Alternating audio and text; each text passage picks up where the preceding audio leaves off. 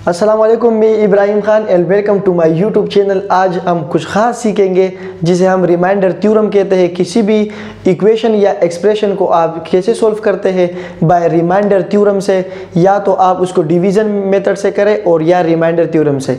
सबसे पहले हम इसमें सीखेंगे रिमाइंडर थ्योरम। आपके सामने एक एक्सप्रेशन लिखा हुआ है कि x³ minus x² plus 11x minus 8 is divisible by x minus 1। कह रहे कि आप ऐसे इस एक्सप्रेशन को कैसे डिविजिबल कर सकते हैं x माइनस 1 से, लेकिन बाय रिमाइंडर थ्योरम से। डिविजिबल का मतलब ये है कि आप डिवाइड के तौर पर सॉल्व करें, लेकिन इस सवाल में कह रहे कि आप रिमाइंडर थ्योरम से सॉल्व करें। रिमाइंडर थ्योरम को सॉल्व करने से के लिए हमें इंपॉर्टेंट है x माइनस 1, जो कि हमें क्वेश्चन में दिया गया है। यहाँ पर मैं मालूम करूँगा, सबसे पहले मैं वो एक्सप्रेशन लूँगा जिससे मैं डिवाइड करूँगा, वो है x माइनस 1। तो यहाँ पर x माइनस 1 हमारे पास क्या है, वो वैल्यू जो हम इस एक्सप्रेशन को डिवाइड करेंगे। लेकिन x की वैल्यू किसके बराबर है, यहाँ पर कोई वैल्यू नहीं दी, तो हमेशा x इज इक्वल टू 0 हो जाएगा। x minus 1 is equal to 0। अब हम अगर x की वो वैल्यू निकालेंगे जो हम इसमें पुट करेंगे और इसका रिमाइंडर क्या आएगा अब वो देखेंगे। तो यहाँ पर x minus 1 is equal to 0 है, ये माइनस 1 इक्वल के इस तरफ जाएगा तो साइन क्या हो जाएगा, प्लस। तो x की वैल्यू हमारे पास आ गई 1। आप क्वेश्चन में जहाँ जहाँ पर होगा x वहाँ पुट करेंगे 1, जहाँ जहाँ होगा x वहाँ 1 पुट करेंगे और देखेंगे कि इसका रिमाइंडर क्या आता है। रिमाइंडर वो वैल्यू होती है जो लास्ट में बच जाती है, रिमेनिंग होती है, इसे हम रिमाइंडर कहते हैं। यहाँ पर मैं एक्सप्रेशन को लिखूँगा, वो है हमारे पास x³ minus x² plus 11x minus 8। यहाँ पर जहाँ जहाँ x होगा वहाँ मैं 1 पुट करूँगा। तो आप देखें कि यहाँ पर है हमारे पास क्यूब माइनस 6, यहाँ पर भी हमारे पास स्क्वायर और 11x। यहाँ पर जहाँ जहाँ x था वहाँ पर मैंने एक बॉक्स बना दिया, एक ब्रैकेट बना दिए। ब्रैकेट के अंदर मैं x की वो वैल्यू लिखूंगा जहाँ पर हमने x की वैल्यू निकाली, वो है 1। तो यहाँ पर मैं जब x की वैल्यू पुट करूँगा, यहाँ पर मेरे पास क्या आएगा 1, यहाँ पर भी x की वैल्यू 1 और यहाँ पर भी x की वैल्यू 1। अब आप देखें, एक 1 की पावर क्यूब, 1 को आप 3 मरतबा मल्टीप्लाई करेंगे तो आंसर क्या आएगा, 1 1 जा 1 और 1 1 जा 1। इस 1 क्यूब का मतलब है ये है कि 1 हमारे पास 3 टाइम है, तो 1 1 जा 1 और 1 1 जा 1। तो यहाँ पर इस क्यूब का आंसर क्या आएगा 1 माइनस 1 के ऊपर स्क्वायर क्या होगा 1 1 जा 1, और यही 1 6 से मल्टीप्लाई करेगा तो क्या आएगा 6 6 1 जा 6 और प्लस 11 1 जा 11। यहाँ पर क्या आया 8। अब इसको जब मैं सॉल्व करूँगा, यहाँ पर देखें, यहाँ है 1 माइनस 6, मतलब ये है कि 1 में से आप 6 को माइनस करें तो हमारे पास बच जाएगा -5, क्योंकि 1 से 6 माइनस नहीं हो सकता। अगर हम 6 से 1 माइनस करेंगे तो हमारे पास 1 आएगा। चूँकि इसके पास साइन माइनस है, बड़ी वैल्यू है, तो हम -5 लगाएंगे। यहाँ पर बच जाएगा 11 और यहाँ पर -8। अब फिर प्लस माइनस 5 में से जब मैं 11 को माइनस करूँगा तो मेरे पास आएगा प्लस का, 11 में से 5 निकालूंगा तो मेरे पास आएगा प्लस का 6 आएगा, क्योंकि 11 के साथ प्लस है और यहाँ पर -8 रह जाएगा और 6 माइनस 8 यहाँ पर आ जाएगा -2। तो इसके जो रिमाइंडर हमारे पास आया वो हमारे पास क्या आया -2। इस तरह से इस एक्सप्रेशन को सॉल्व करेंगे जिसमें आपके पास कह रहे कि आप ऐसी वैल्यू निकालें जिसमें आपके पास वो रिमाइंडर बच जाए जो हमने x की वैल्यू पुट की थी, उसका रिमाइंडर बच जाए। तो ये था हमारे पास एक वैल्यू। इसी तरह आप सेकंड क्वेश्चन को सॉल्व करने, सेकंड इक्वेशन में हमारे पास कह रहे कि x को आप कर दो -2 और यहाँ पे इक्वेशन को थोड़ी सी चेंज कर दे। इक्वेशन को चेंज kरेंगे तो यहाँ पर आ जाएगा x³ माइनस x² और यहाँ पर आ जाएगा -26, जैसे x³ माइनस x² माइनस 26 और यहाँ पर है हमारे पास +40। अब मैंने x -2 लिखा हुआ है तो यहाँ पर ऑब्वियसली बात है तो -2 आएगा और माइनस ये वहाँ पर जाकर इक्वल के बाद जाके शिफ्ट होके 2 आता है। इक्वल से पहले या इक्वल के बाद किसी भी वैल्यू को आप जब चेंज करेंगे, चेंज द प्लेस, तो इसका अपना जो साइन होगा वो चेंज हो जाएगा। अगर माइनस में है तो प्लस और प्लस में है तो माइनस। समझ आ गया सबको? अच्छा चले, अब फिर से इस एक्सप्रेशन को लिखेंगे और इसमें वैल्यू पुट करेंगे। हमारे पास x की वैल्यू आ गई 2, तो यहाँ पर x³ माइनस x² माइनस 26 ये एक वैल्यू दी है। इसमें कह रहे हैं कि इसका रिमाइंडर बताओ और x की वैल्यू आप 2 पुट करो। तो जहाँ पर आएगा x वहाँ पे मैं लिखूँगा 2 ये क्यूब, माइनस जहाँ पर आएगा x वहाँ लिखूँगा 2 माइनस 6, और जहाँ पर आएगा यहाँ पर 6 नहीं बल्कि यहाँ पर डायरेक्ट है 26, यहाँ पर मैंने लिखा 26 और प्लस 40। अब इसको सॉल्व करेंगे मजीद। 2 की पावर 3, मैंने पिछले लेक्चर में भी कहा था कि ये 2 की पावर जो 3 है इसे टाइम्स कहते हैं। कुछ बच्चे कहते हैं कि 2 3 = 6, 2 3 = 6 नहीं बल्कि 3 टाइम्स है, मतलब 2 3 टाइम्स है। तो 2 2 = 4 और 4 2 = 8, 2 2 = 4, 4 2 = 8 माइनस 2 टाइम 2 तो क्या हो जाएगा 2 2 = 4 और माइनस 26 प्लस 40। अब आप यहाँ पे देखें, यहाँ पे ये दोनों सब्ट्रैक्ट हो रहे हैं, 8 में से 4 निकाले तो हमारे पास बच जाएगा 4 और माइनस 26 प्लस 40। अब 4 में से जब आप 26 को फिर निकालेंगे तो हमारे पास आ जाएगा माइनस का 22 और यहाँ पे है प्लस 40। अब 40 में से आप जब 22 को माइनस करेंगे तो हमारे पास आएगा प्लस का 18। इस तरह ये सारी वैल्यू आपके पास आ गई और हमारे पास जो इसका रिमाइंडर है वो क्या आया, पॉजिटिव 18। हमने क्या निकाला कि x की वैल्यू पहले हमने निकाली, x की जो वैल्यू पुट की, x की जगह पर 2 पुट किया हमने, और इस तरह 2 की 2 2 = 4, 4 2 = 8 माइनस 2 2 = 4 माइनस 26 प्लस 40। आप इन दोनों को माइनस कर दे तो आपके पास 4 आ जाएगा। फिर इन दोनों को फिर माइनस कर दे माइनस 22, और जब इन दोनों को प्लस माइनस करेंगे तो प्लस का साइन इसलिए आया क्योंकि हमारे पास 40 बड़ा है। तो यहाँ पर इसकी वैल्यू क्या आ गई, 18 प्लस 18 आ गया। इस तरह आप नेक्स्ट क्वेश्चन को सॉल्व करते हैं। आज हम लेक्चर को थोड़ा लेंथी लेके जाएंगे जिसमें आपको मैं 2 चीज़ें सिखाऊंगा, एक है सिंथेटिक डिवीजन और एक है रिमाइंडर थ्योरम। अब रिमाइंडर थ्योरम में एक क्वेश्चन और करेंगे, फिर इसके बाद हम सिंथेटिक डिवीज़न के ऊपर जाएंगे। अब आपके पास कह रहे कि आप मालूम करें कि आपके पास एक क्वेश्चन है जिसमें आपको वैल्यू दी है x³ माइनस 3x² और प्लस 4x और माइनस 14, और इसे आप सॉल्व करें इस डिविजिबल बाय x माइनस या 2 से करें और या प्लस माइनस 2 से, ये देखें x2। अब जब मैं इसको सॉल्व करने जाऊंगा तो मेरे पास क्या आएगा, सबसे पहले मैं x + 2 निकालूंगा। x + 2 जब ये इक्वल टू कुछ नहीं होगा तो क्या होगा, 0।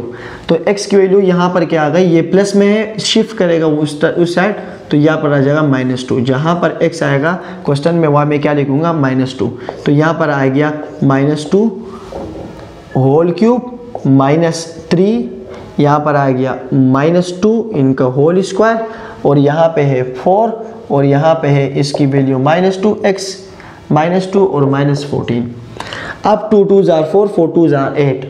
इसको समझने से पहले मैं आपको एक ट्रिक बता दूं कि हमेशा याद रखें कि जब भी आपके पास कोई भी वैल्यू हो वो माइनस में हो और उनकी पावर 1 हो तो वो हमेशा माइनस साइन रहेगा। अगर माइनस का साइन हो और पावर इवन हो तो हमारे पास प्लस आएगा, माइनस साइन पावर ओड तो minus sine power even plus. ये कितना ज़बरदस्त एक कॉम्बिनेशन बन रहा है कि अगर पहले माइनस फिर प्लस फिर माइनस फिर प्लस। क्योंकि जब ओड नंबर आएगा वो नंबर जो 2 से डिवाइड नहीं हो सकता उसके साथ हम माइनस लगाएंगे। क्योंकि आप अगर एग्जांपल के तौर पर ये माइनस उठाएं, -3 टाइम है तो माइनस माइनस प्लस और माइनस प्लस और माइनस माइनस, इस वजह से माइनस आया। और 4 टाइम माइनस क्यू प्लस हुआ, क्योंकि minus minus plus, plus minus minus और माइनस माइनस प्लस। आप किसी भी बड़ी पावर को, बहुत ज़्यादा बड़ी पावर हो, अगर उनके बहुत ज़्यादा बड़ी वैल्यू हो, बल्कि अगर उनकी पावर माइनस हो और पावर ओड हो जो 2 से डिवाइड नहीं हो सकता, 1, 3, 5, 7, 9, इस तरह जितने भी ओड नंबर है, अगर वो पावर ओड हो तो माइनस का साइन वही रहेगा, माइनस का साइन ख़त्म नहीं होगा। और अगर जितनी बड़ी वैल्यू हो, अंदर अगर माइनस हो और बाहर जो पावर लगा हो वो इवन हो, जैसे 2, 4, 6, 8, अगर इवन हो तो माइनस का साइन ख़त्म हो जाएगा, क्योंकि इवन का मतलब है 2 पेयर, 2 जोड़े, तो माइनस माइनस हमेशा क्या हो जाएगा, प्लस। यहाँ पे मैं इसलिए ये बता रहा हूँ कि यहाँ पर माइनस क्या है, ओड। आप मुझे पता है जब माइनस हो और बाहर पावर ओड हो तो हमेशा आंसर किस में आएगा, माइनस में। तो ये क्या हो जाएगा, 2 2 ज़ा 4 और 4 2 ज़ा 8। क्यों? क्योंकि माइनस 2 3 टाइम्स है, तो ये तो 2 2 ज़ा 4, 4 2 ज़ा 8 हो गया, लेकिन साइन माइनस माइनस प्लस और प्लस माइनस माइनस। इस वजह से जब भी ओड पावर आ जाए तो हम हमेशा साइन माइनस का ही रखेंगे। ये हो जाएगा -8। अब यहाँ पर देखें, ये है -3, यहाँ पर माइनस तो है साइन, लेकिन पावर इवन है 2, तो वो हमेशा किस में चेंज होगा, प्लस में, क्योंकि माइनस माइनस प्लस। तो ये क्या हो जाएगा, 2 2 ज़ा 4 प्लस ये प्लस माइनस, अब क्या हो जाएगा, माइनस, क्योंकि इसकी पावर कोई पावर नहीं थी। और हमेशा याद रखें, मैं 2 चीज़ें कर रहा हूँ, जब भी आप किसी नंबर को प्लस या माइनस करते हैं तो उसमें वो साइन आएगा जिनकी वैल्यू बड़ी होगी। जैसे -2 -9, तो साइन -9 का ही आएगा। लेकिन मल्टीप्लाई में ऐसा कोई सी नहीं होता, मल्टीप्लाई में जो आपकी ज़बान पर आता है आप वही लिखते हैं। जैसे माइनस माइनस क्या हुआ, प्लस, तो आप लिखेंगे प्लस, और अगर प्लस माइनस माइनस आया तो आप माइनस लिखेंगे। अगर वैल्यू बड़ी हो या छोटी हो वो मैटर नहीं करती, मल्टीप्लाई में साइन मैटर नहीं करता। जैसे आपके पास देखें, प्लस माइनस क्या आया, माइनस। आपका सवाल ये होना चाहिए कि सर यहाँ पर तो 4 प्लस में और बड़ी वैल्यू है तो हमने माइनस क्यों लिखा, क्योंकि प्लस माइनस में साइन मैटर करता है, लेकिन मल्टीप्लाई में साइन मैटर नहीं करता। प्लस माइनस क्या हो जाएगा, डायरेक्ट प्लस। 4 2 ज़ा 8। मुझे उम्मीद है कि आपको ये 3-4 स्टेप इसमें से ट्रिक आपको समझ आए होंगे। पहला ट्रिक मैंने ये सिखाया कि आपका अगर पावर ओड हो तो साइन वही रहेगा, और दूसरा ट्रिक वो मैंने सिखाई है कि अगर आपके पास प्लस माइनस होगा तो माइनस आएगा, और यहाँ पे क्या रह जाएगा, 14। अब आप इसको थोड़ा मज़ीद सॉल्व कर ले, -8 -3 4 ज़ा 12 -8 और प्लस -14। अब आप देखिए आप क्या करेंगे, माइनस माइनस प्लस। अब देखिए यहाँ पे प्लस माइनस माइनस आया था, लेकिन यहाँ पर माइनस माइनस प्लस करेंगे प्लस, लेकिन साइन क्या आएगा, माइनस, क्योंकि 12 बड़ी वैल्यू है। 8 और 12 कितनी हो, 12 20 हो गया, और यहाँ पर क्या है, माइनस और माइनस, फिर करेंगे प्लस, लेकिन साइन किस चीज़ का आएगा, माइनस का। तो 14 और 8 कितने होते हैं, 22। अब जब मैं इनको सॉल्व करूंगा तो ये क्या हो जाएगा, माइनस माइनस, फिर साइन करेंगे प्लस, लेकिन साइन किस चीज़ का आएगा, माइनस, क्योंकि 22 बड़ा है, और 20 और 22 कितने होते हैं, 42। तो इसके जो रिमाइंडर बच गया हमारे पास वो है -42। इस तरह से ये सारे क्वेश्चन बनते हैं। आपको सिर्फ ये याद रखना है कि अगर माइनस आ जाए और पावर ओड हो तो हम पूरी वैल्यू को माइनस कर देते, और अगर बहुत बड़ी वैल्यू हो, ऊपर अगर पावर इवन हो और अंदर माइनस हो तो साइन प्लस का ही लगेगा, क्योंकि माइनस माइनस इवन हमेशा प्लस कर देता है। तो ये था आपके पास एक ऐसा एक्सप्रेशन जिसमें हमने रिमाइंडर निकाला, और साथ में एक ये भी सीखा कि अगर आपके पास माइनस हो तो माइनस ही रहेगा अगर पावर ओड हो। अब हम बात करते हैं, सबको मिटा के अब हम बात करते हैं साइंटिफिक डिवीज़न की। हमारे पास साइंटिफिक डिवीज़न एक नई वैल्यू है और नया एक टॉपिक है हमारे पास, जिसमें हम ये सॉल्व करने की कोशिश करेंगे कि साइंटिफिक डिवीज़न क्या होता है। सबसे पहले हम इसके थीम को समझते हैं। मैथ में हर चीज़ के थीम समझना निहायत ही ज़रूरी है। साइंटिफिक डिवीज़न,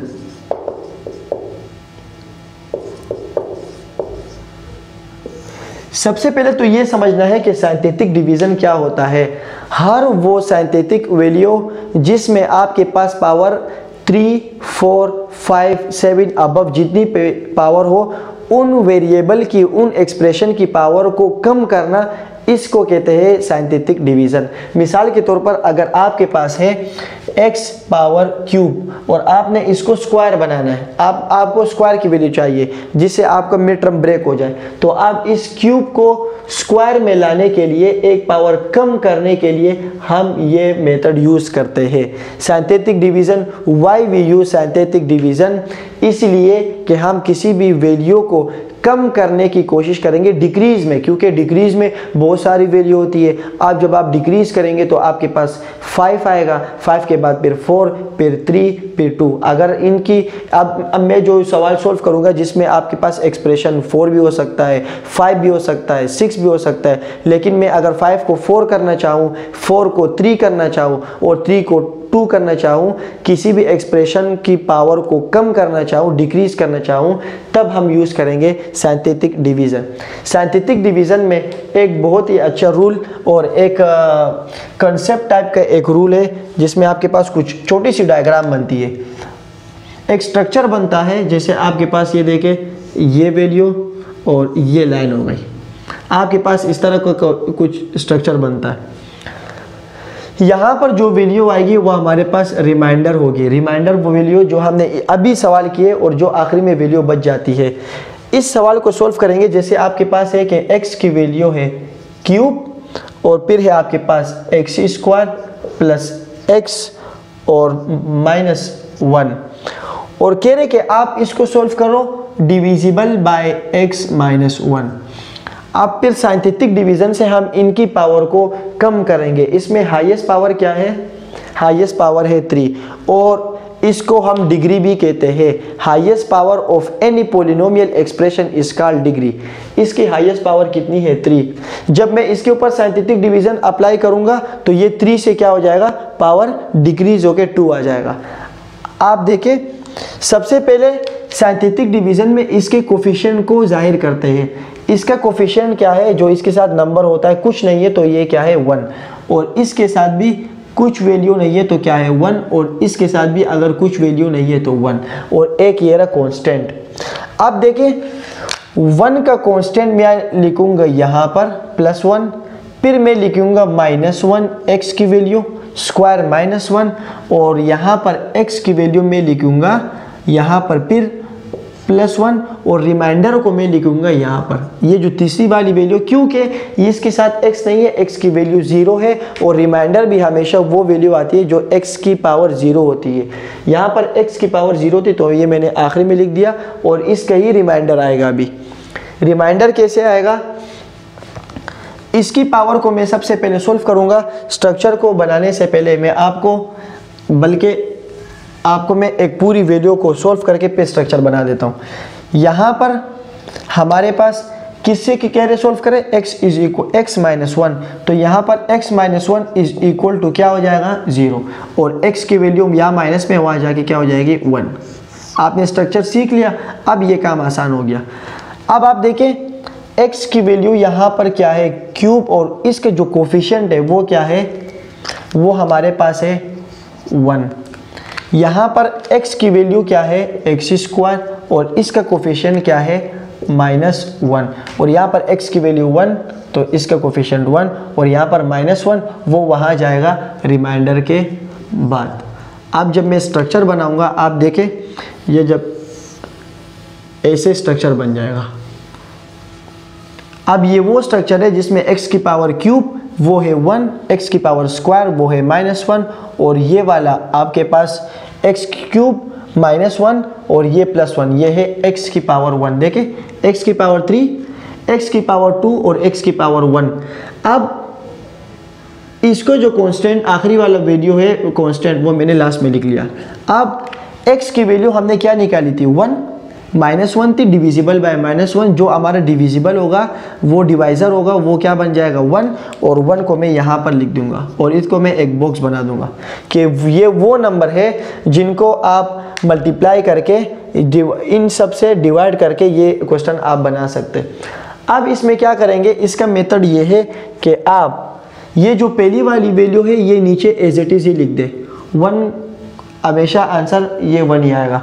अब इसका पैटर्न क्या है कि इस डिवाइज़र को इससे मल्टीप्लाई कर ले और ऊपर लिख ले 1 1s are 1, ऊपर मैंने लिखा 1।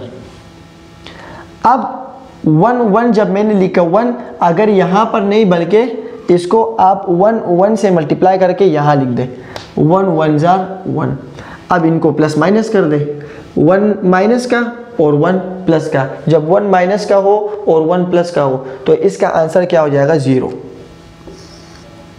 1 माइनस का 1 प्लस का 0।